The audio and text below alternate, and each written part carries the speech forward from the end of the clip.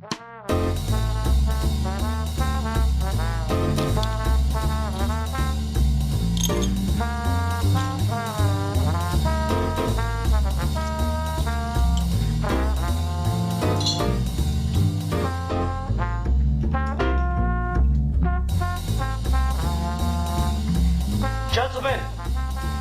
the time has come once again to discuss things.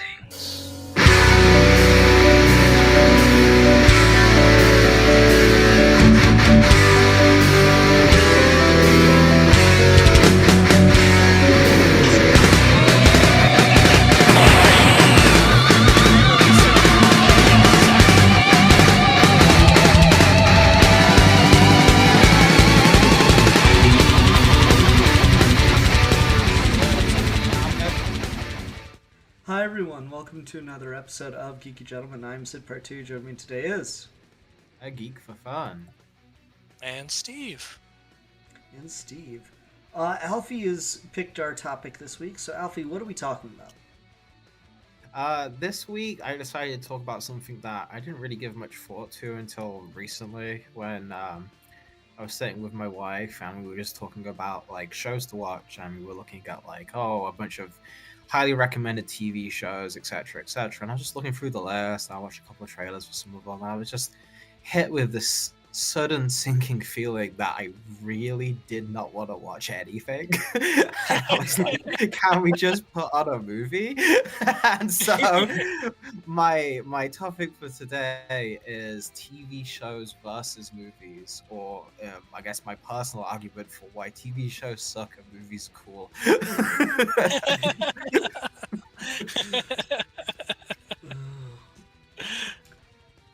That's an interesting one because, like, I think everyone, like, still to this day, even though we've passed the golden age of television and now we've gotten into the streaming age of dog shit, will, like, still admit that, like, film just is the better medium. Like, doing a movie or a independent film is better than a TV show, but, like, we had that cool experimental period where people were arguing, oh no, TV's actually better now.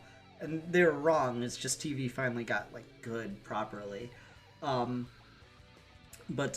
yeah, I don't know. There is just something to movies, but at the same time, I rarely find myself in your situation where I would rather watch a movie than just put something on for a show. Because I guess in my mind, like, I enjoy films to the point where if I'm going to watch a movie, I want to, like, get into the movie experience, just sit in and, like, lock in and focus on a movie, versus TV, if I kind of lose interest or if I've got something else going on, I feel more okay with just kind of tuning in and out of it a little bit.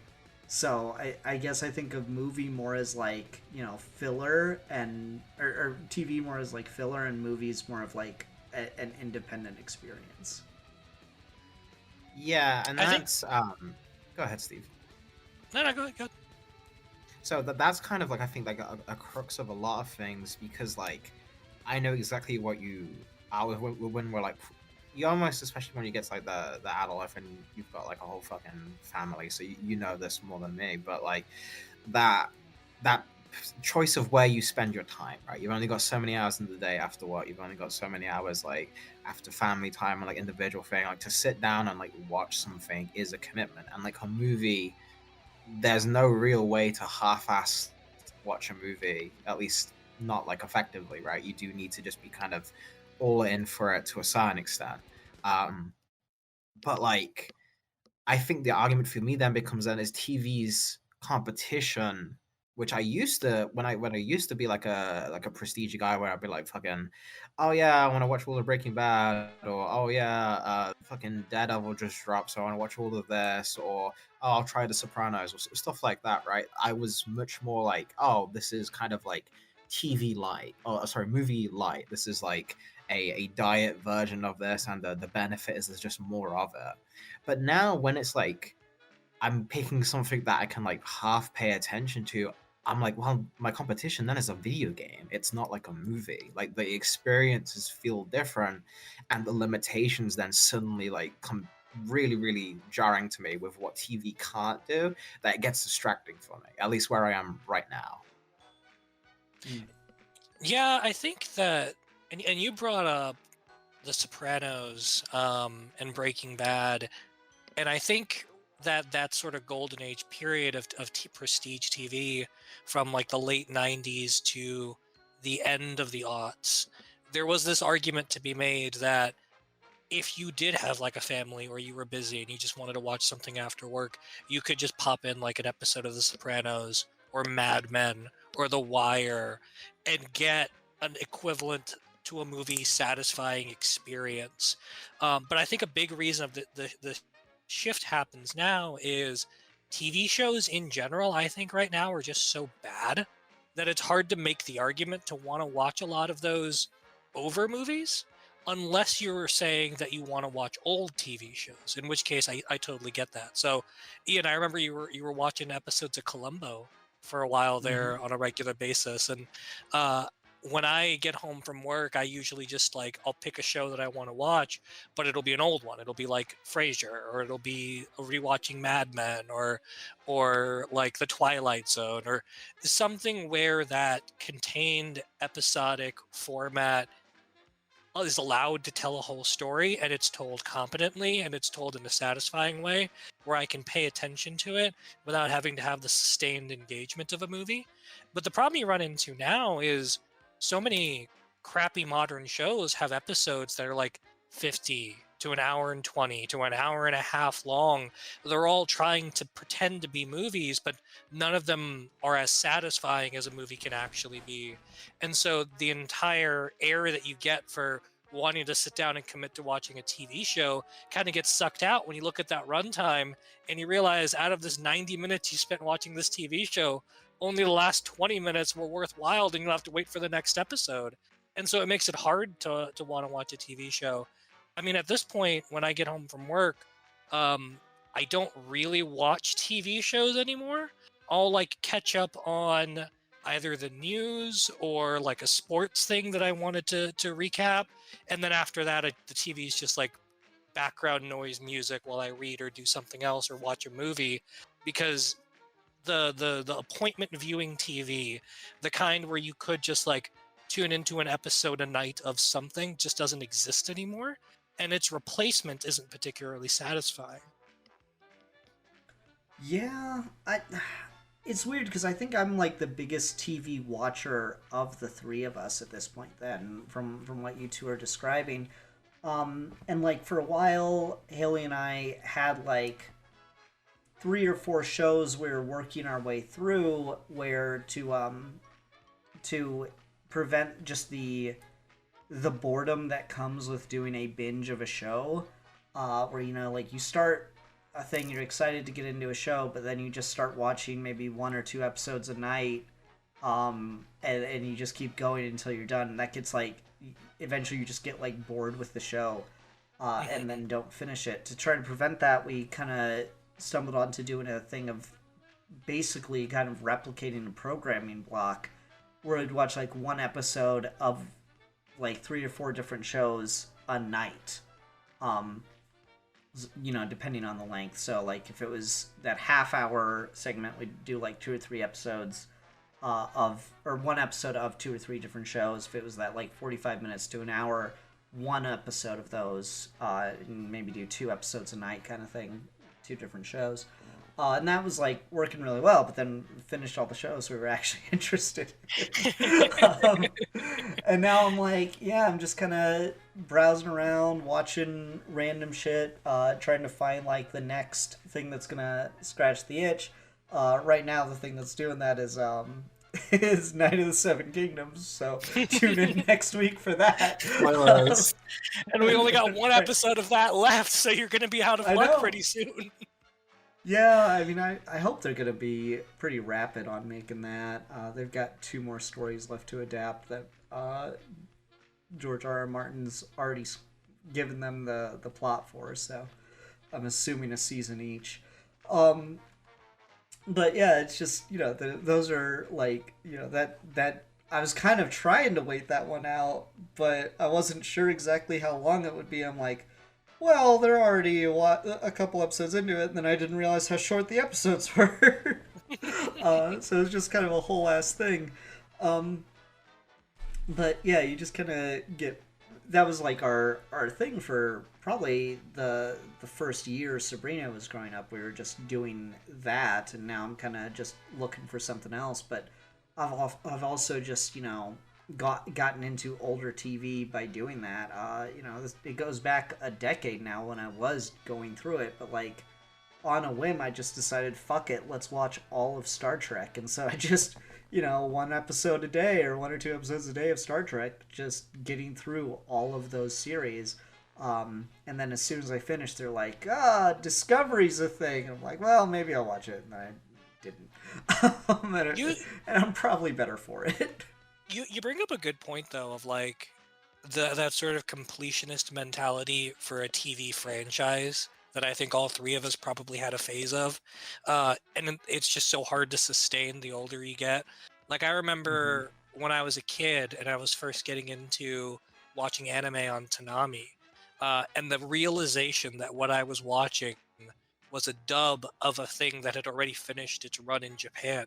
And if I went on this crazy little website called youtube.com, I could watch 10-minute chunks of episodes in a row in really shitty subtitles and really shitty quality, not even HD yet, and just burn through an entire series.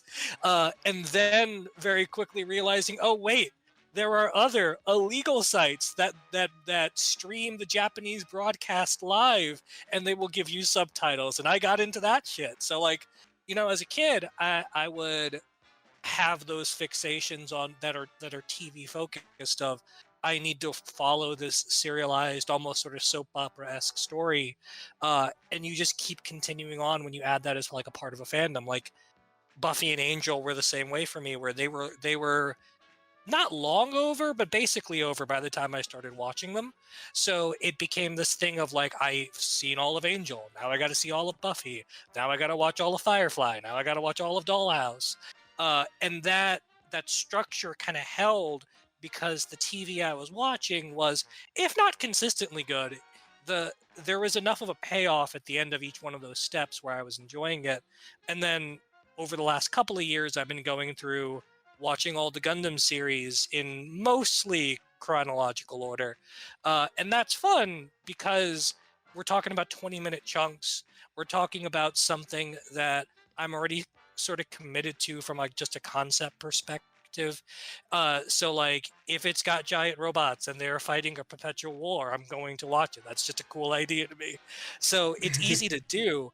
But the problem you kind of run into is it's hard to convince someone of that if they're not already in the bag on that kind of viewing. And once you finish something like that, I find at least, it's really hard to ask yourself to do it again. So if and when I finish watching all the Gundam stuff I want to watch, I don't know if I have it in me to ever do that again for anything, just because it takes so long and it's such a commitment. And even though I'm watching it casually, there is this idea of like the breadth of the franchise that I just don't have time for when I could just watch one and done movies. Mm-hmm. Go ahead. No. You haven't talked. Go. So I had that exact same thing, Steve. Like, I had it when I was younger, when I was watching Doctor Who live from David Tennant onwards, and then when I had the same exact YouTube anime binge with going on to like YouTube sites that had like a little bit of a Naruto episode and then 3/4 of the screen code with a border so the YouTube channel could avoid copyright strikes. Yep, I remember. You're watching that truly in its ideal format. And then the big one, which was like the first kind of like introduction to like a binge watch, which was when the night Netflix Daredevil season 1 dropped. and I just stayed up and watched that the entire night. It was the first time I ever did something like that, and that definitely left a big impression on me when I was younger. But from that, it is very much like a young man's game, you know. Like it's just like I don't have that in me anymore. Um, I can't pull that. I can't pull that. Says Shit. the man in his 20s, his Right? mid-20s. It's a young man's game, man. I can't be pulling those all nighters just to binge a show anymore. Like it has to be, hey, I've got a wife I've got to spend time with, or hey, I've got work I've got to do. Like I can't justify that amount of time sink. And it's one thing when it's something like an anime, right, where the episodes are like 20 minutes long or something, right? You can knock a couple out. The biggest issue I had when I was trying to get into like the famous American TV shows was the length of the seasons and like how many episodes are in a single season of something, right? Like it depends on what it is, because like something like I don't know. I guess like Breaking Bad. I think if I'm correct, that's like 13-ish episodes a season. Something like that. But they're Yeah, all it's really but, short that, seasons. but they're all goddamn near an hour long. And the fact that you said, "Oh, those are really short seasons," is kind of what I mean. like, that's 13 hours to get through season one. There's 5 seasons of it, right? Like, and it's just like, oh my god, like just Man, I've done it now, so I'm like, oh, I know Breaking Bad. I liked watching Breaking Bad well enough, right? But like, if you told me that now, and you're like, oh, Breaking Bad's really good, and I'm like, but I have to commit this hard to it. I'm like, you've got to have the greatest sales pitch known to fucking mankind to get me to do this at this point. Like, so that's something where it's entirely a factor of lifestyle change. I won't even say age. I'll say lifestyle change. Where And again, I'd this is have, like, go ahead. this is my thing where I just treat TV more as filler. Like I will literally just my dad had this in common with me. Would just put something on for noise and like kind of tune in and out of it. So Yeah. like I did the entirety of like How I Met Your Mother at one point, and I just looked it up. Like season 1 is fucking 22 episodes, and there's like 9 seasons of that show, and each episode's that 20-minute block. I did that for fucking like The West Wing when it was originally on Netflix. I watched through all of The West Wing and got like political fucking brain poisoning, but that's neither here nor there. Could you imagine today if a reporter was like, CJ, the president was under anesthesia for 5 minutes. Who was in command? This is a scandal.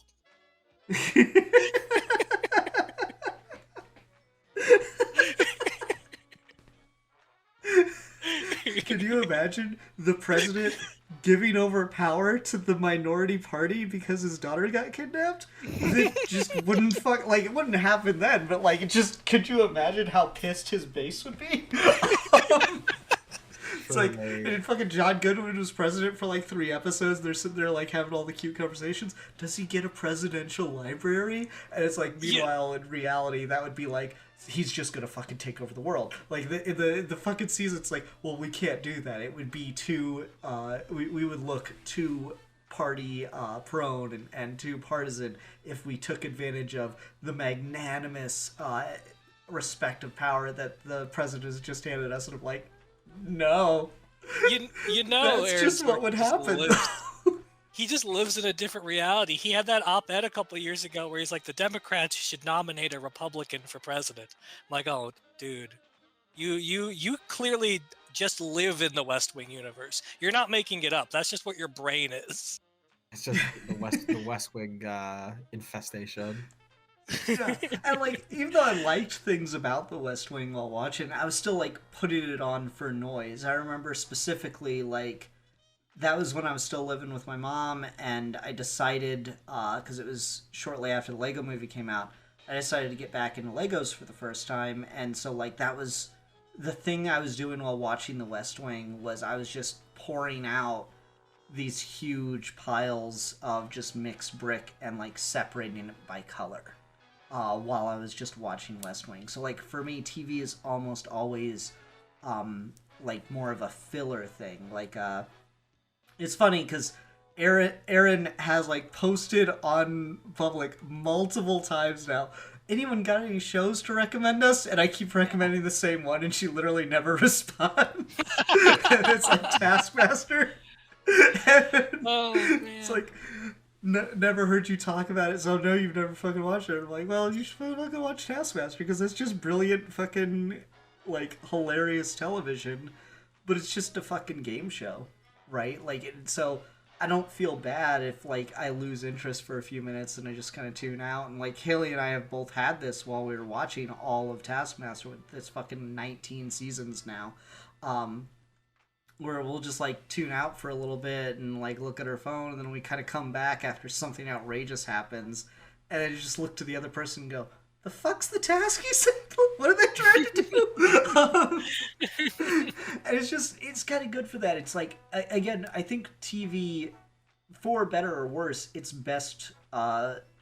is best served in my mind as noise, as like something that you're kind of just putting on for comfort, but it's not it does not have the same level of demand as a movie.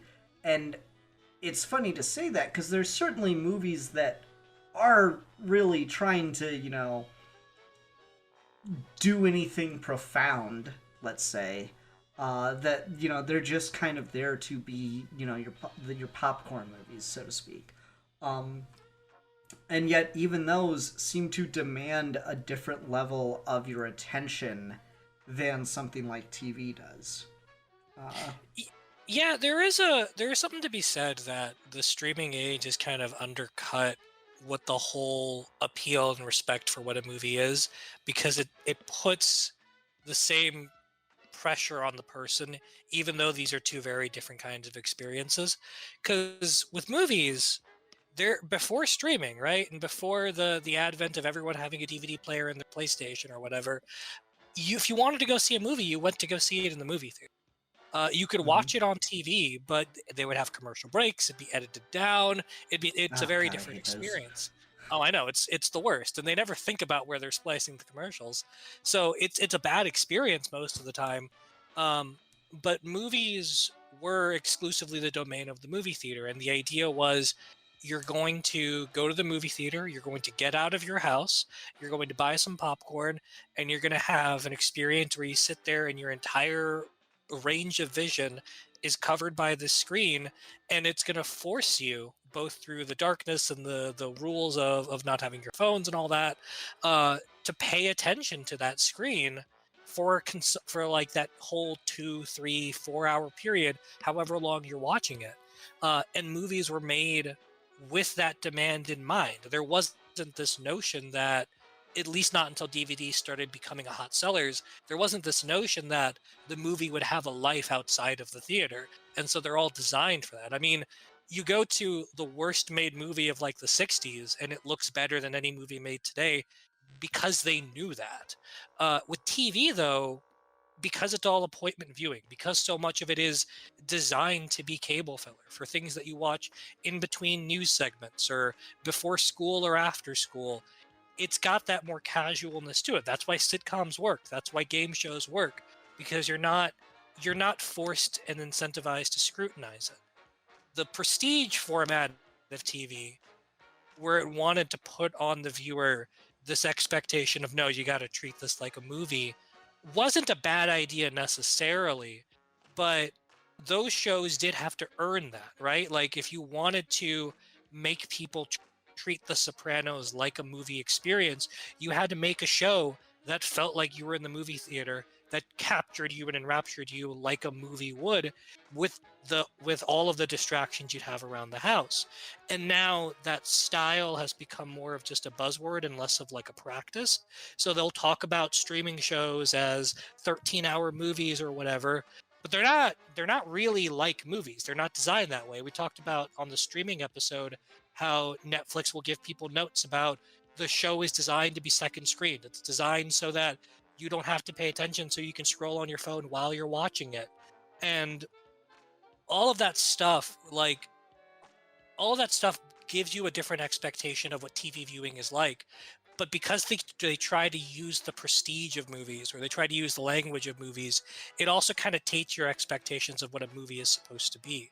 So you go into movies with that same sort of casual viewing mindedness, and it ruins the movie experience, or it makes the filmmakers want to do more of that TV stuff, and the movies get worse. The clear delineation between TV and movie, I think people wrongly think of like a highbrow lowbrow thing when it's not. It's just two entirely different mediums designed for two very different things. And I think the reason that movies tend to work better than TV is movies for a majority of their history, they had the expectation of your undivided attention. And so when they made a movie, whether it was a comedy or a drama or whatever, there was this expectation of it's got to look good enough that someone doesn't mind having their eyes fixed on this screen for 2 hours. And that expectation doesn't really exist with TV.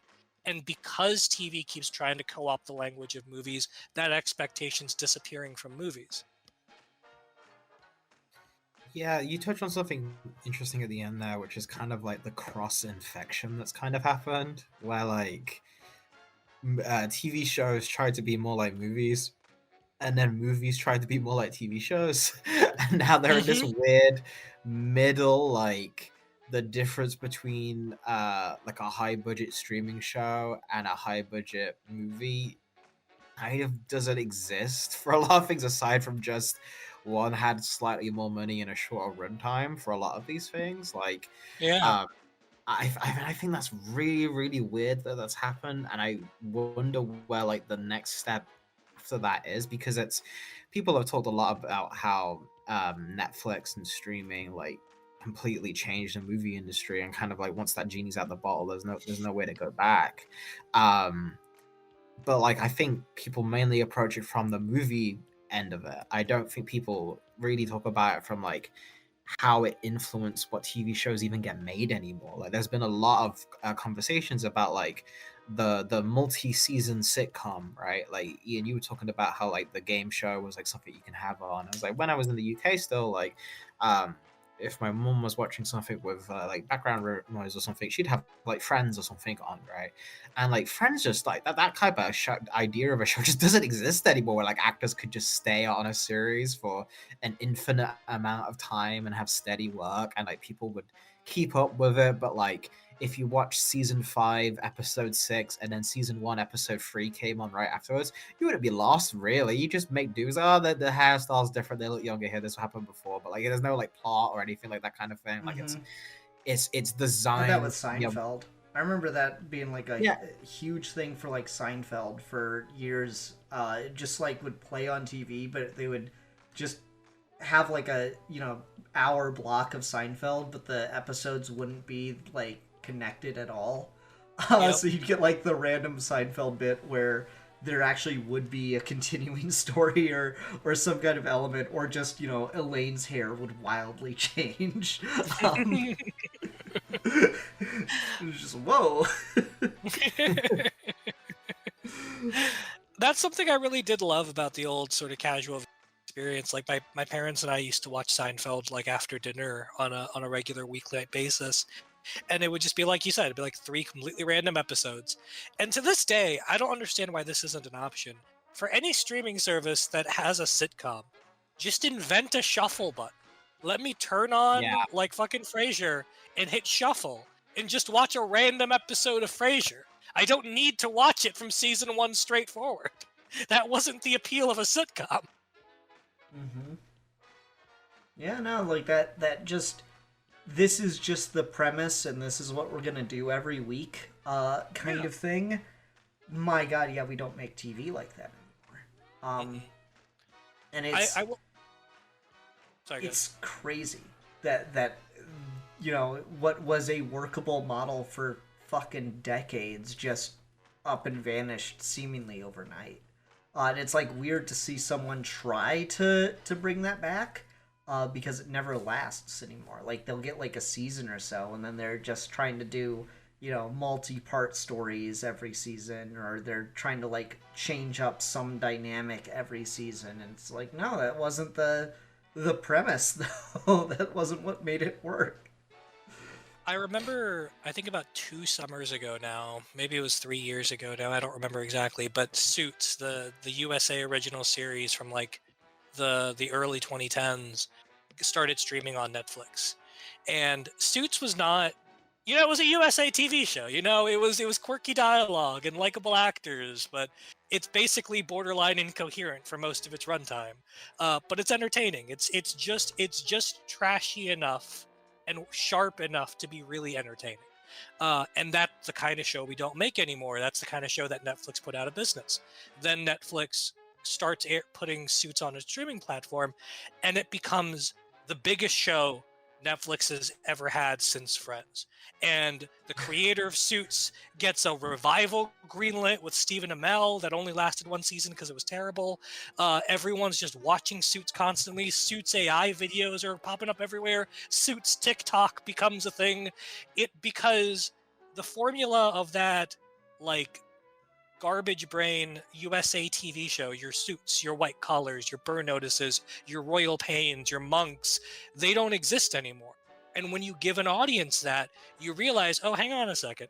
If you give me just a 40-minute comedy drama with likable actors doing something quirky in an established situation, episode to episode, it's actually really fucking fun to watch. And you don't get that anywhere else. And when Suits got really big, it created this hunger for more stuff like that.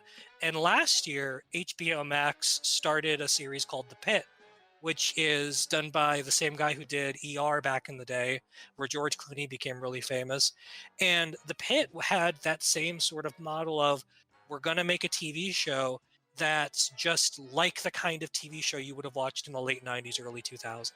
It is a slightly overly sentimental, slightly trashy. We're gonna make a TV show. Yeah, it's like a TV show. It's got beginning, middles, and ends. It's got likable characters. It's a little bit too soapy, but it's really dramatic, and it kind of pulls on your heartstrings. And that show comes out, and everyone's like, this is the greatest show of all time. Holy shit, where has this been all of our lives? And it's not because The Pit is like the greatest TV show of all time or anything, but it's like, I missed when I could just watch an episode of House. Thank you for giving me that. House was a good show. I enjoyed House. American Charlotte. Yeah, exactly. Well, it's funny now because, like, to your point, Steve, there is such a desire for it that, like, all the content farms and people, they just, like, fucking post clips from all those old shows now.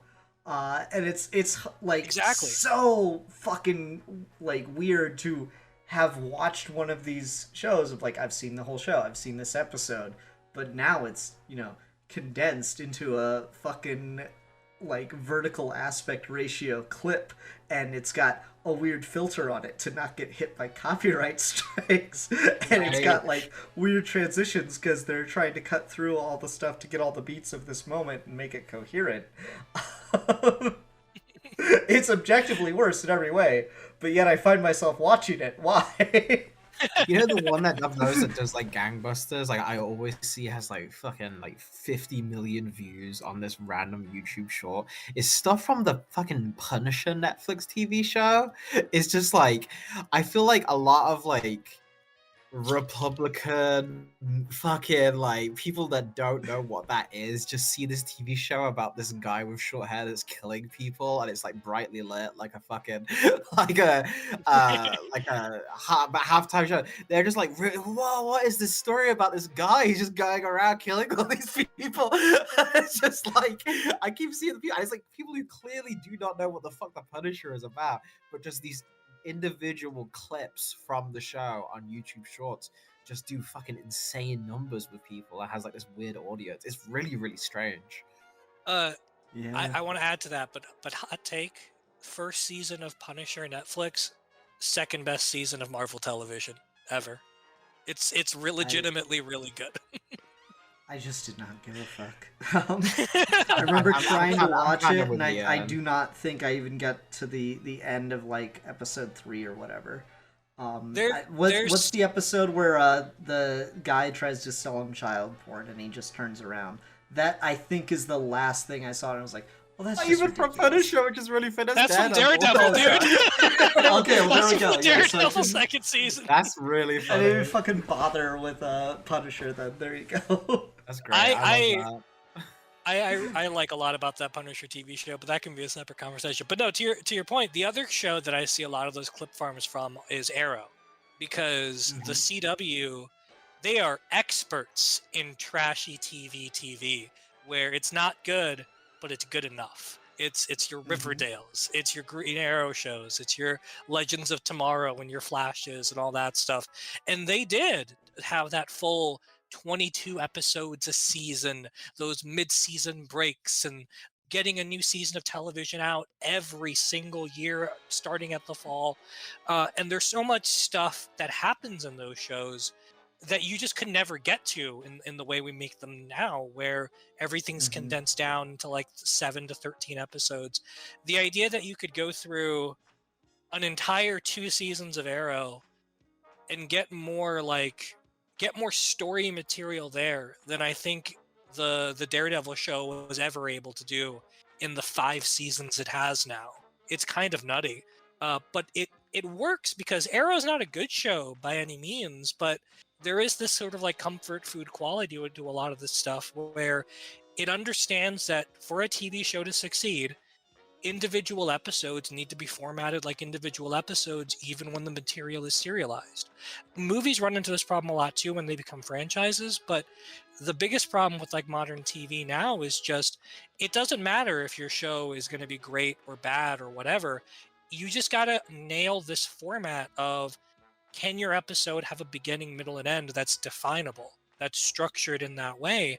When the writer's strike and the director's strike and the actor's strike happened a couple years ago, one of the big points that was won was these streaming shows are not forced to have writers' rooms. And that's why so many of them are so poorly written. Because number one, you're not getting young writers in on the ground floor of how to write a TV show, but you're also not getting veteran writers to punch up scripts and understand the format of a TV show. And so you're getting this expectation of, oh, it's a 13-hour movie, but you're not breaking it up into, you're not releasing it as a 13-hour movie. You're breaking it up into 13 individual hours. Each one of those hours has to be compelling individually. And you can't do that unless you know how to write TV. And a lot of people who could write TV weren't getting hired into those rooms, where those shows were getting reformatted because of the way streaming models work. And just that basic notion, this is kind of why the pit works, is if I can get enough satisfaction out of just like a 40-minute block of television, then I'll come back and watch the next episode. It doesn't matter if it sucks. Which is funny, like, because you started by talking about Arrow, and Arrow, like, famously had season finales so bad that, like, the fan Reddit community just abandoned ship and made it into, like, a fucking Daredevil. I remember that, yeah. I'm not claiming that they were wrong to do so. But you know what? I will take Arrow over Boarding again. I'm with you on that one for sure. I think I agree with that. Yeah. Well, like, it's so funny because, again, just to that, mass of content versus the thing of a movie kind of demanding your time, is like Arrow, hundreds of episodes and the quality just varied to the point where, like, the Arrowverse.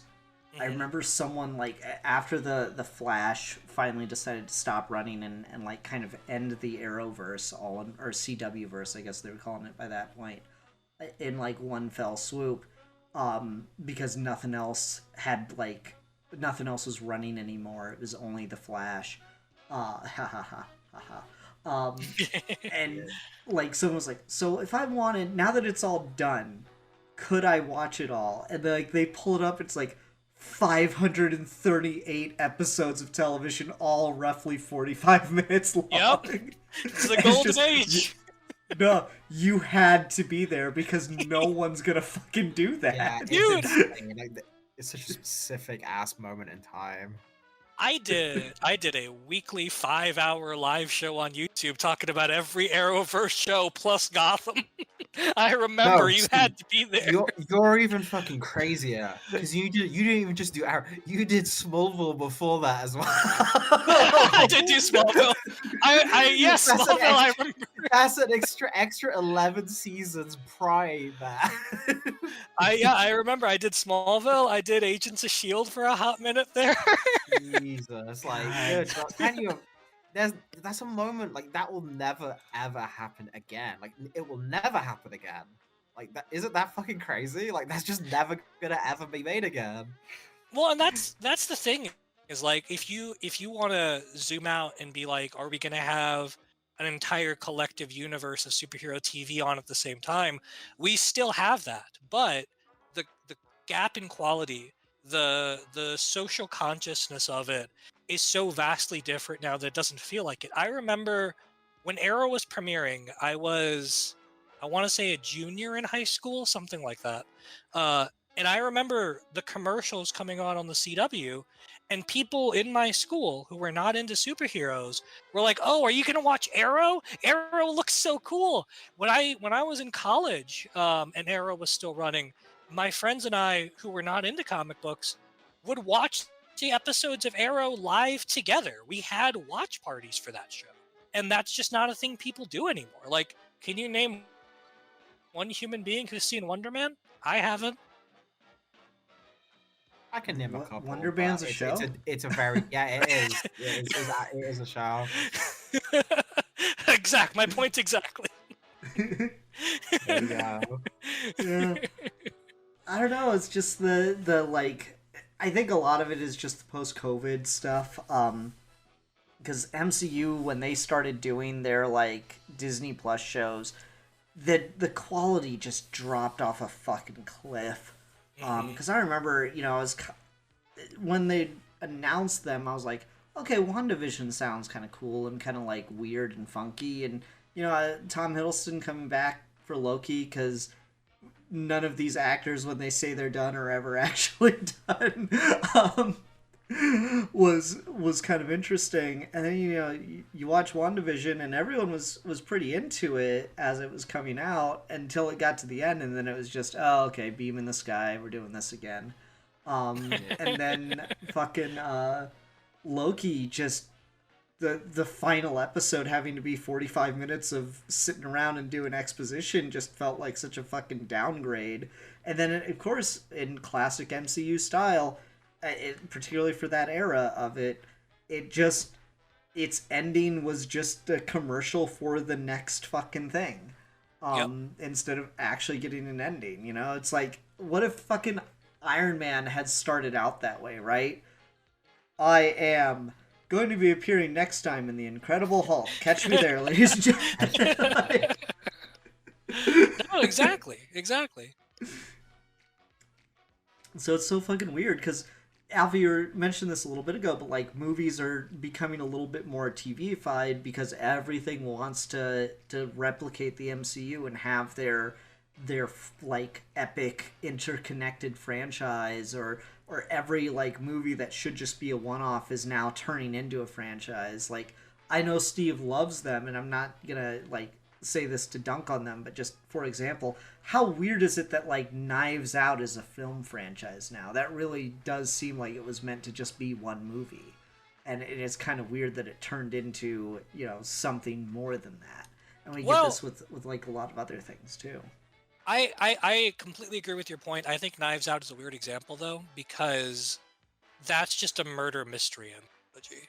Like, that from the get-go is designed to be a franchise of multiple movies where the same detective just solves different mysteries. The weirder thing about Knives Out, though, is the first movie is called Knives Out because Knives Out is thematically appropriate for the mystery he's investigating. The fact that every other movie is called Knives Out is a Netflix streaming brand thing that doesn't make any sense. Yeah. Nah, I agree. You're right. I was thinking about that as I said. I'm like, well, no, that's a murder mystery. It makes sense that that's a franchise, but I'm like, that used to just kind of be like, you could do a murder mystery movie and that was just it. It was just, one and done thing. not even going back all that far, almost 20 years ago now, Lucky Number 11 is just like a one and done, you know, like murdery, kind of sleuthy, weird little flick. You couldn't, I don't know how you could do a sequel to Lucky Number 11 or turn Lucky Number 11 into a film franchise. Well, it is a perfectly succinct film. And if you wanted to use the same sort of template of an example of why is this a franchise, I know Steve loves it, but why is this a franchise? John Wick, right? Why the fuck is John Wick a franchise? Why does it have a spinoff? Why does it have all these video games? It should have just been the one movie. I'm not saying I don't like the other ones, but it should have just been the one movie. And if this was the 80s or something, it would have just been the one. It's Well, also I don't know that, if that's like, necessarily true, because like we've been making sequels to things that don't need sequels for a long time.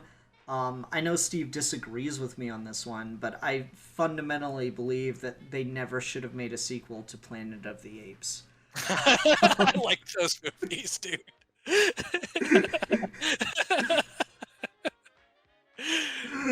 I never want to watch a sequel to Planet of the Apes. I don't think it was a, you know, the ending is so perfect, the story is so well told, you don't need to do anything else. It's done. It's over. And it feels like every time you try to do a sequel to that, you're just stretching the premise past what it really needs to be. It'd be like how I feel about Planet of the Apes would be like if they did a revival of the Twilight Zone for like a fourth fucking time, and they took the guy where he broke his glasses, and then we did another story about it. Like, it would just be so fucking pointless. The Twilight That's Zone, how I but every feel. episode is a sequel to another episode. Yeah, exactly. Just like if that guy, no, that's not fair. That's not fair at all. And then just fucking like, I don't know, aliens show up and give him glasses, and then he's gonna lose his glasses all over again in a different way. Time enough at last. Ah, such a good books. One of the few cases where the film or TV adaptation and the book are equally good. Or short story, but yeah. It's just there's so many examples of that where I'm like, why is this a franchise? Why are we making more of this? Because like movies are so good at just doing that. It is one story. It is one set of characters. It has a beginning, middle, and end. It is in a, you know, hour and a half to 2 hour window. Once you go over that, you've really got to start justifying yourself more and more, and it just like perfectly works. And I think it's because it comes from the tradition of stage plays, right? Like there are sequels to stage plays out there, but they get really hard to name. There's no Romeo and Juliet 2. There's no King Lear Returns. They retired stats also. Hamlet 2, Electric Boogaloo.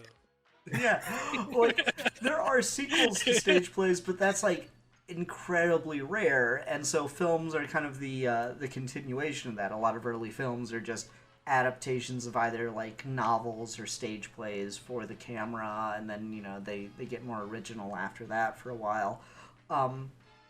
But like film presented a unique opportunity for sequels, but that was kind of it. And like the sequels even in and of themselves would be a bit rarer.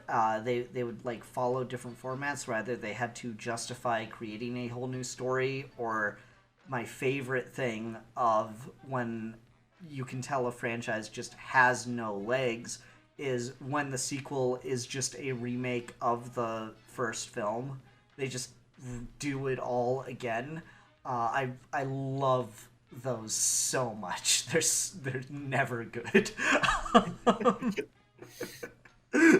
It's like, well, what worked about the first one? All right, let's just do that again. Like, no, tell a new story. More of this, please.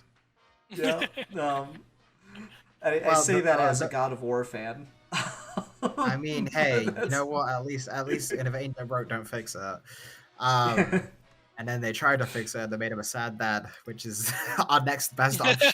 The other sicko, fucked up, manic, dystopian example that hasn't been brought up yet is when you need to watch the TV show to understand the movie. That's so much. because I've been seeing some like watch lists and stuff like this. And the big one I'm curious about, because I know you guys, we're planning to do it's like the fucking specter that's hanging over this episode. We're gonna do the new Game of Thrones show that came out is the next Geeky gentleman thingy. And there's been talk Foreshadowing. about they're gonna do like a movie of like the Aegon's conquest part of like the Fire and Blood book. Is that they're like in early stages for they got the guy from who wrote the Batman is doing the script for that. But the fucking the idea there where we've had 3 different TV shows and then a movie all adapting the same novel, and all 3 of them are like different enough where people argue which one's more true to the idea of the author. And when they add a movie into that and it's all meant to be like the same thing, like that element of like where I guess the segue to this is just kind of like, where do you go for an adaptation for certain properties with TV show or movie, and have there been examples where you wished a movie was a TV show instead when adapting something, or vice versa? Well, and it's interesting to hear you talk about that because, like, Fire and Blood covers like a 300-year fictional history. Right. So doing like Aegon's Conquest as a movie makes more sense to me personally than doing it as a show. And it's not one of those things where, well, you wouldn't be able to understand it if you haven't watched Fire and Blood or if you haven't seen Game of Thrones, because both of those would take place after Aegon's Conquest. So if anything, you shouldn't be able to understand those without understanding this, but you did, so it's fine. Like it's never been adapted. Like it's so funny because the fucking like history where you first got Aegon's Conquest didn't come out until like he was already multiple books deep into the series, and he'd just kind of been talking around the events of it for years until he's like, fine, fuck it, I'm not going to make a story out of it, but I'll publish it as a history. Just so you get off my ass, publishers. Yeah, But to answer your question of something I wish had been adapted as a TV show instead of a movie, and vice versa, something that I wish got a TV show that instead got adapted as a movie and I think was weaker for being a movie is hard, but I guess I would go with that is difficult actually. I've got an easy one, and if you want it, you can steal with it because I think you'll agree with me. Sure. The 8th Doctor movie should have just been a new season. See, I was literally thinking about that. See, I knew exactly where There your you mind go. was. I knew exactly where your mind was. So yeah, I would definitely agree with that. The other one where it was movies and should have been TV was I was watching them recently with Leah, and I kind of talked about this earlier on a previous episode. After having finished them all, like particularly how fucking much of a wet fart the last one was after coming out, 10 years after the third movie, the Pirates movies probably would have been better off just being a TV series. Like, I like those movies well enough, and they're still fun, but like it, becomes a franchise. It's, just vaguely adapting the idea of whatever the fuck this theme park ride is about. And it's trying to do so much lore and stuff. I'm like, yeah, they're really not doing anything super crazy in the movies until you get to like the big action-packed finale moment. So you probably could have gotten away with just making this a fucking television series, and it might have actually been a even longer standing and more profitable franchise for Disney if they just done it that way. Or at this point, just fucking spin off and do a show for them instead of trying to revive the film franchise, which has failed twice now. So yeah, there's mine. What do you got, Steve? Um, there was a TV show a couple years ago called Mr. Spade, which is about an old retired Sam Spade, played by Clive Owen, who is solving a mystery out in like the French countryside in like the late 60s or mid 60s, something like that. And back in the day, you'd see all those old noir novels get adapted into movies. They'd be part of the same series or they'd be following the same detective, but none of them would like be in canon with each other. Like several different people would play Philip Marlowe, several different people would have played Sam Spade. And in a perfect world, I feel like that 6 episode prestige TV show would have just been a movie, just like a last hurrah Sam Spade kind of movie, the kinds that we were making for years and years in the 40s and 50s. So that's one where I'm like, I like this show. I like Clive Owen as Sam Spade quite a bit. I think there's a lot of interesting thematic material to mine here, but it just cannot sustain my attention for 6 episodes when it could have just been a 2-hour movie. On the other side of the spectrum, I think Gundam has this problem a lot because they have all of these individual series that are kind of Power Rangers style. We're just going to do an alternate universe with a new set of characters, beginning, middle, and end, and they'll get a whole big complete story. And sometimes they'll get sequel series or movies that kind of serve as an epilogue. And a lot of the time, the movies just don't have the runway to do everything that you need to when you're building off of a series with a lot of different characters and a lot of different plot points. And it would have just been better if you just didn't make the movie at all or made another season of television. A similar problem happened with the latest Gundam show called Geeky, where a movie came out in theaters last year, and it was a full like 90-minute movie establishing the premise of the series. And then the series hit, and the series was just 12 episodes, and there just wasn't enough there wasn't enough time to do anything because you were just rushing to the conclusion. And it just kind of made me think like, man, if instead of wasting all this time and money making a movie, what if you just gave the show 12 extra episodes? That probably would have solved all the problems. Yeah. I don't know. I'm having a harder time thinking of the other way around, where they've made it into a show and it should have just been a movie, because like there's a lot of examples of where they took a movie and then made it into a show. With where like there was a movie that was already existing and then they decided to just bring it to the small screen for whatever fucking reason. And I never like fully understand those. My biggest one for that is it's not exactly the same thing, but it's just that the Kenobi series was absolutely no, that's they took a movie and turned it into a show. I'm talking more like there was already a successful movie made and then they decide to make a show of it. Just like, you know, not a continuation that takes place in the same universe, blah blah, but just like readapt the same story, but now it's a show, and those I don't think ever fucking work. Yeah. Yeah.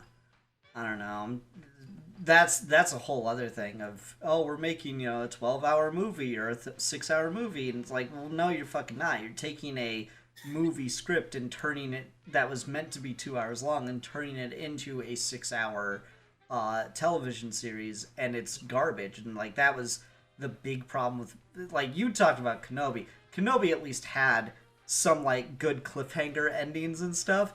Fucking the one that just is the worst example of that is the Boba Fett one, where they just had to give up halfway through and do 2 episodes of Mandalorian. Just literally, Boba Fett has 2 whole episodes that Boba Fett is not in. Yeah, you know, it's the fact bad, that they just had to give up and do the Mandalorian is the like biggest failure of the Disney Plus era.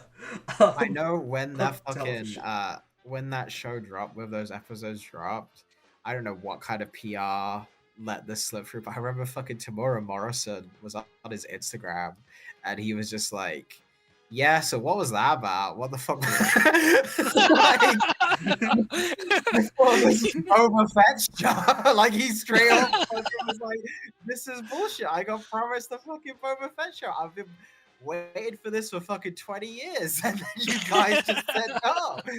I felt so bad. That's for him that you came out and hilarious. said this. I felt like he's a sweetheart. He came in and he did all the fucking Battlefront games. He voiced all the clones and shit like that, and he was like, "Oh, finally, I get some fucking FaceTime. I get to be fucking Boba Fett and get my whole show." And then those episodes, and he's like, "What the fuck, dude?" That's crazy. I did not know that. That's so fucking funny. wild. I'll have to see if I find this. I think they've been deleted, but there's definitely screenshots on the. I'll send you the screenshots. There It's better be. That's insane. awesome. I felt That's so bad. crazy. Star Wars, I feel like, is a really good example of this time with like shows versus movies, because I think there's a whole generation of Clone Wars fans that I think would agree with the idea that, man, the prequels should have just been a TV show. It should have just been more seasons of the Clone Wars. Fundamentally disagree. Fundamentally disagree. I'm not saying I'm saying that. I'm just saying I think there's a whole contingent of people who worship the Clone Wars cartoon that would have liked to just see all the prequels adapted to Yeah. the Clone Wars cartoon. That makes Like sense. when That when the final season came out and they redid scenes from Return of the or Revenge of the Sith, there were people on the internet who were like, "Can we just get animated Revenge of the Sith?" Which is a stupid idea in my opinion. Yeah, I think you but you still. said that as well, right? I don't think so. I could see the argument for it just to like be able to intercut the events. It would be cool to make like a cut of that final season with all the Ahsoka stuff. It would be cool if you had the rest of Revenge of the Sith animated, so you could intercut those and make like a supercut fan edit. But I don't Yeah. think that would justify the cost of doing it. I don't know. I might have said some wild shit like that. Maybe just for more Palpatine.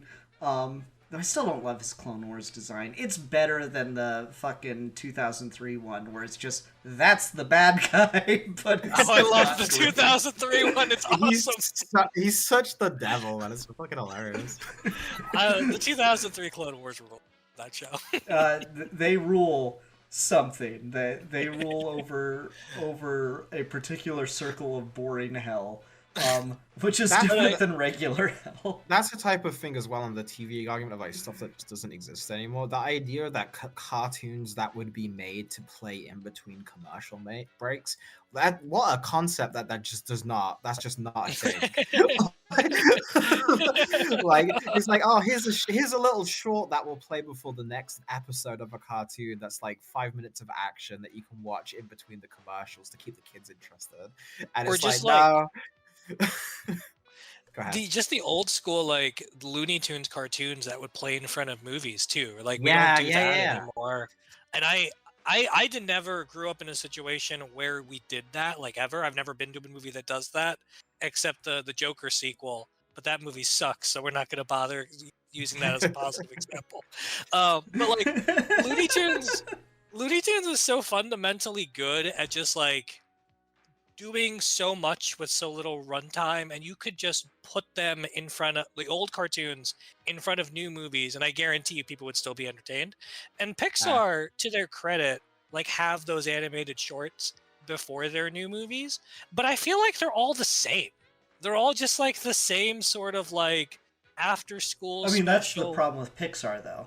Like Yeah, every like people have gotten to the point where they're starting to like, you know, put different Pixar characters from different movies next to each other. And like literally, Pixar is becoming so formulaic that like this character design exists in every single Pixar movie now. Yeah, And it's yeah.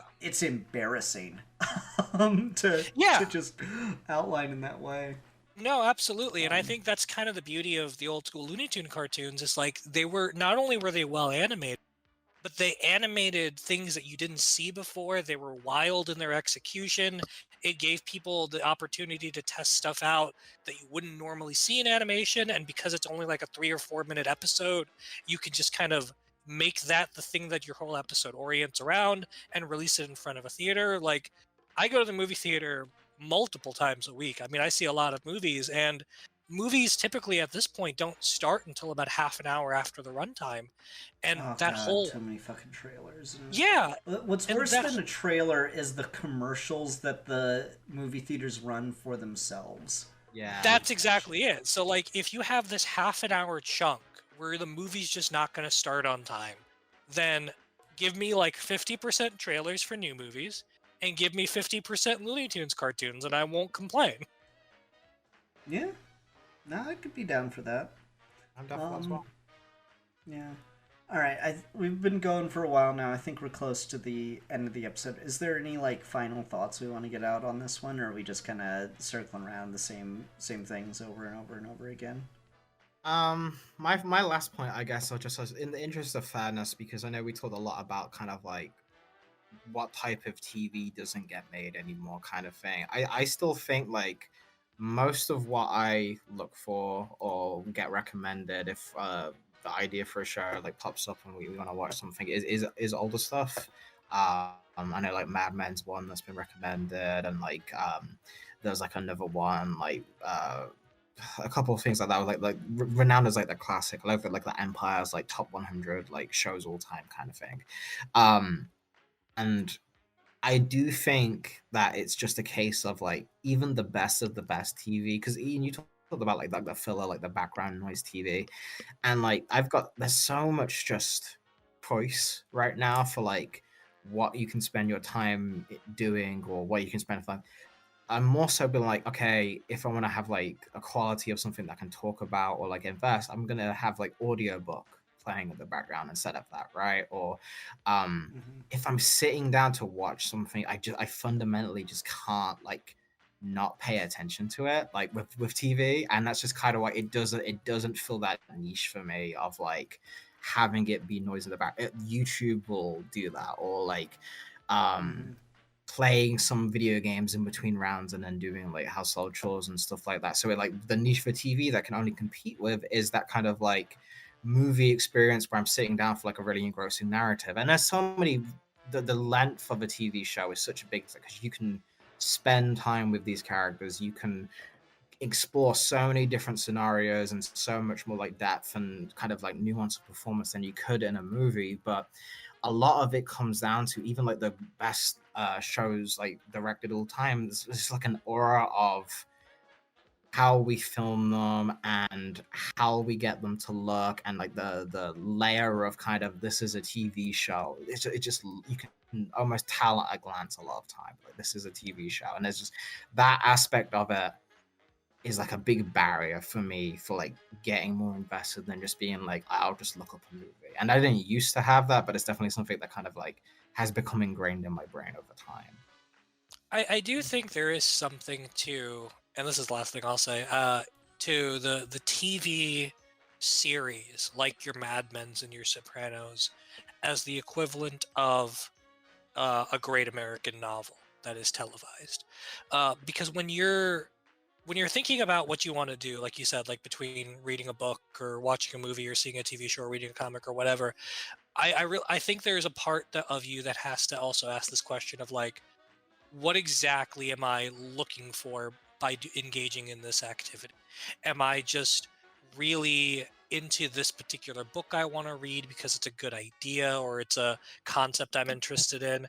Am I into this movie because I like these filmmakers or I like these actors or whatever?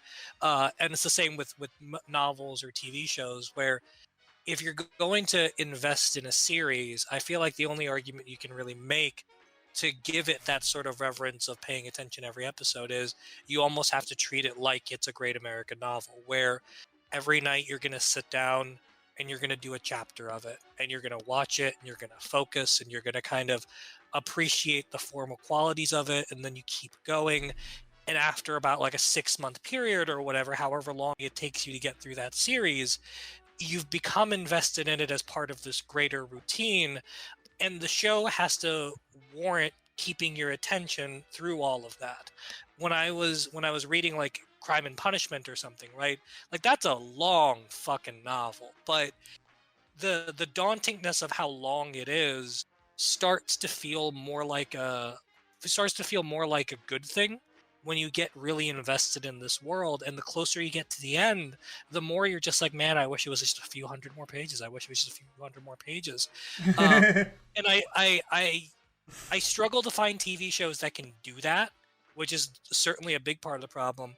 But I think when you're thinking about like, let's find the greatest TV shows ever and just sit down and watch it, I think that's kind of the frame of mind you have to go into entering it with, especially if you want to give it that designation and just say like, okay, fine, you're the greatest TV show ever.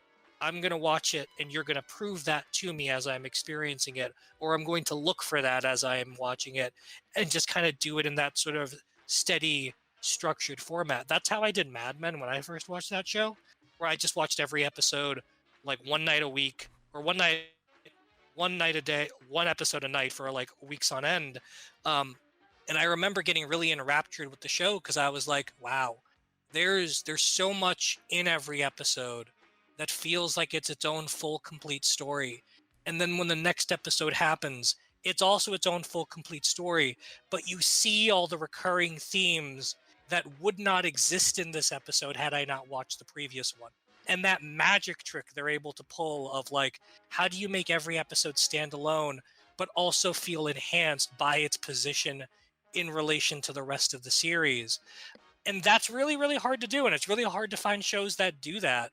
But when they do, I think that's when TV can feel like its own validated art form alongside of movies, when the idea that it's serialized, the idea that it's a sustained engagement that goes well past the length of a movie feels warranted. Yeah, that is a really hard thing to hit, and I think that's, you know, kind of what we were talking about, where a lot of these movies that are stretched out into 6-episode or 12 or whatever episode television shows kind of fail, is they forget that that's what like the quote-unquote prestige television was doing. Is yeah, it was still like every episode felt like a film, but it also still felt like a television show. It was still like progressively adding on and enriching the characters and creating these wider story arcs. Whereas the other ones just kind of forgot to do that and instead just took a movie script and stretched it out into episodes. Right. And that's it's just like a hard balance that things just couldn't seem to fill. But I think that's where we're going to leave things. So, next week we should be back to talk about Night of the Seven Kingdoms. I don't know if Alfie's going to be able to join you for that or not. I know you said it's hard for you to make week to week, but I do hope you can make an exception for that one. That'd be nice. I'll definitely try. Yeah. I'll definitely try out. Okay. All right. So until then, everyone, we'll catch you next time. I'm the Philosopher. I am the champion of cinema. And I am the Luddite. And we are your geeky gentlemen, and we will be discussing things.